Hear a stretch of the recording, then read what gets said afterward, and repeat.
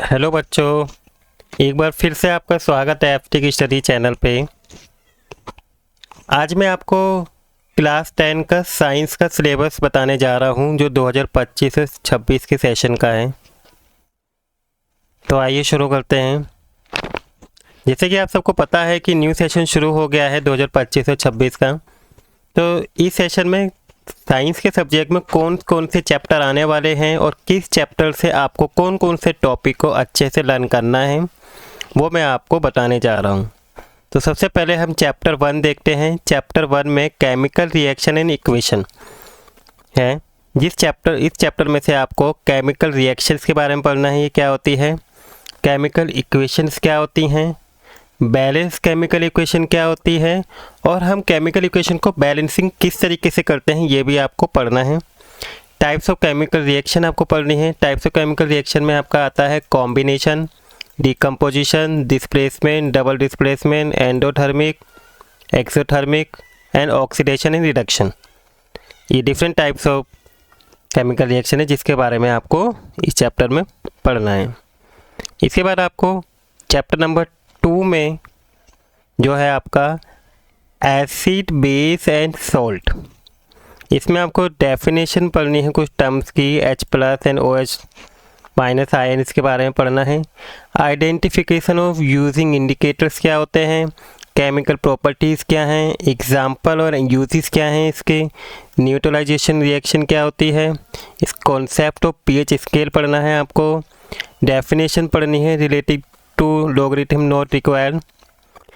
Importance of pH जो scale है उसका एवरीडे लाइफ में क्या इम्पोर्टेंस है वो पढ़ना है आपको।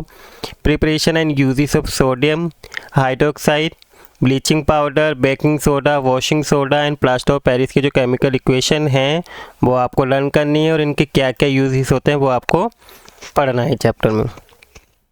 इसके बाद आपका चैप्टर नंबर 3 आता है मेटल एंड नॉन मेटल।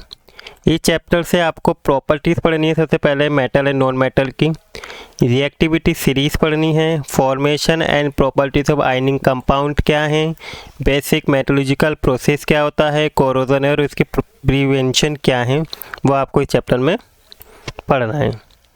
इसके बाद आपका चैप्टर नंबर 5 है लाइफ प्रोसेस। लाइफ प्रोसेस में लाइफ बीइंग बेसिक कॉन्सेप्ट पढ़ना है, nutrition, respiration, transportation, excretion in plant and animals. इनके डायग्राम भी आपको, न्यूट्रिशन का डायग्राम, डाइजेशन सिस्टम जो है, रेस्पिरेशन का डायग्राम, ये डायग्राम भी आपको अच्छे से लर्न करना है चैप्टर से। इसके बाद आपका चैप्टर नंबर 6 है। चैप्टर नंबर 6 में आपका है control and coordination in animal and plant.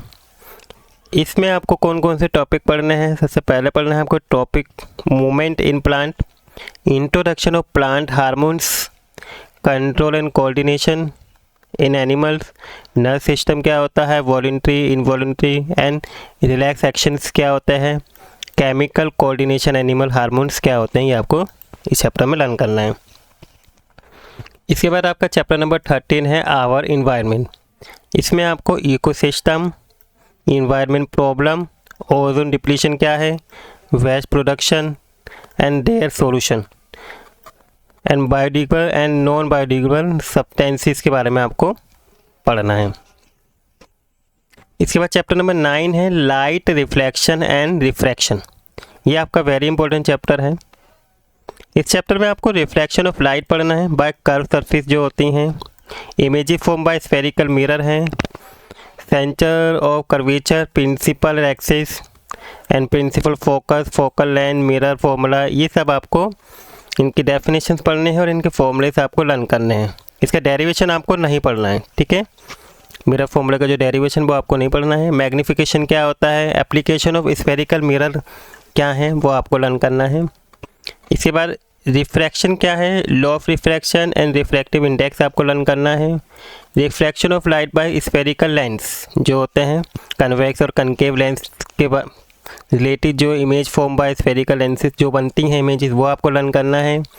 Length formula, magnification, power of lens and application of spherical lens आपको पढ़ना है कि इनका कहाँ कहाँ पे आप यूज़ करते हैं, ठीक है ना। जो लेंसेज हैं वो दो हैं, दो तरीके का आपको पढ़ने को पड़ेंगे, कनकेव और कन्वेक्स लेंस। इसके बाद आपका चैप्टर नंबर 10 है the human I and the colourful world. Functioning of a lens पढ़ना है कि जो लेंस है उसका ह्यूमन आई के जो लेंस होते हैं उसका क्या फंक्शन है वो आपको लर्न करना है। डिफेक्ट्स पढ़ने हैं विजन के, और उसको किस तरीके से करेक्ट किया जाता है वो लर्न करना है।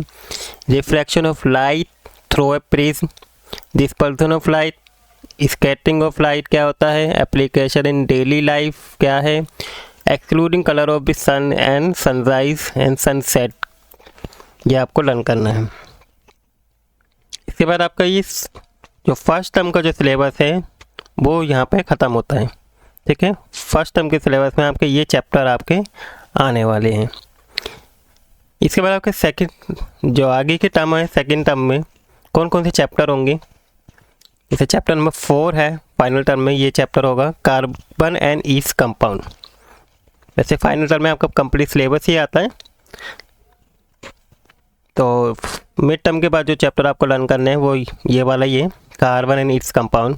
इसमें आपको कोवलेंट बॉन्ड क्या होता है ये बताना है, फॉर्मेशन एंड प्रॉपर्टीज बतानी है कोवलेंट बॉन्ड कंपाउंड की, वर्सेटाइल नेचर ऑफ कार्बन क्या है, हाइड्रोकार्बन क्या है, सैचुरेटेड और अनसैचुरेटेड हाइड्रोकार्बन क्या होते हैं, homology series, nomenclature of alkene, alkenes और एल्काइन पढ़ना है। Carbon compound containing functional group of halogen, alcohol, ketones और एल्डिहाइड के फंक्शन ग्रुप पढ़ने हैं आपको। Chemical properties of carbon compounds, combustion, oxidation, addition and substitution reaction आपको पढ़नी है इस चैप्टर में। And ethanol and ethanoic acid, इनकी सिर्फ प्रॉपर्टी एंड यूजेस पढ़ने हैं। सोप एंड डिटर्जेंट क्या होता है इसके बारे में आपको इस चैप्टर में लर्न करना है। इसके बाद आपका नेक्स्ट चैप्टर आता है चैप्टर नंबर 11 इलेक्ट्रिसिटी।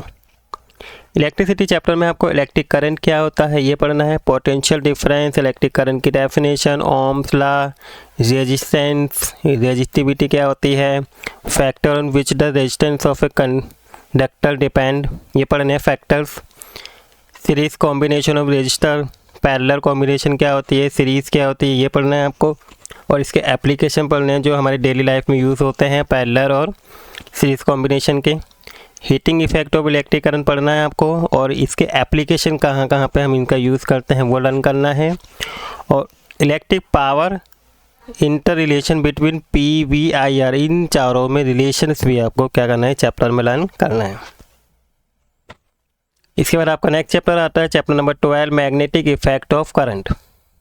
इसमें आपको मैग्नेटिक फील्ड पढ़ना है, फील्ड लाइंस क्या होती हैं, field due to current carrying conductor, field due to current carrying coil and solenoid, force on current carrying conductor, Fleming left hand rule, direct current, alternative current, frequency of AC, advantage क्या है AC and DC के वो पढ़ना है, और domestic electric current क्या होता है इसके बारे में आपको इस चैप्टर में लर्न करना है। इसके बाद आपका चैप्टर नंबर 7 है। चैप्टर नंबर 7 से आपको क्या क्या लर्न करना है, सबसे पहले reproduction in animal and plants पढ़ना है, जिसमें 2 टाइप्स के रिप्रोडक्शन होते हैं, असेक्सुअल और सेक्सुअल रिप्रोडक्शन पढ़ना है। रिप्रोडक्टिव हेल्थ क्या होती है, need and method of family planning पढ़नी है, सेफ सेक्स वर्सेस HIV/AIDS पढ़ना है, child bearing and women health के बारे में आपको इस चैप्टर में लर्न करना है। इसके बाद आपका चैप्टर नंबर 8 है हेरिडिटी एंड इवोल्यूशन। इसमें हेरिडिटी क्या होती है, मेंडल्स कंट्रीब्यूशन क्या था, लॉ ऑफ इनहेरेंस ऑफ ट्रेड्स की, सेक्स डिटर्मिनेशन पढ़ना है, और इसके बारे में ब्रीफ इंट्रोडक्शन पढ़ना है। तो ये था आपका कंप्लीट सिलेबस जो आपके इस साल के टर्म में आने वाला है। तो आई होप आपको पूरा सिलेबस अच्छे से समझ में आ गया होगा। अगर आपको ये वीडियो अच्छी लगी हो तो please like the video and share the video, और अगर आप इस चैनल पर नए हैं तो please subscribe the channel. Thank you for watching video.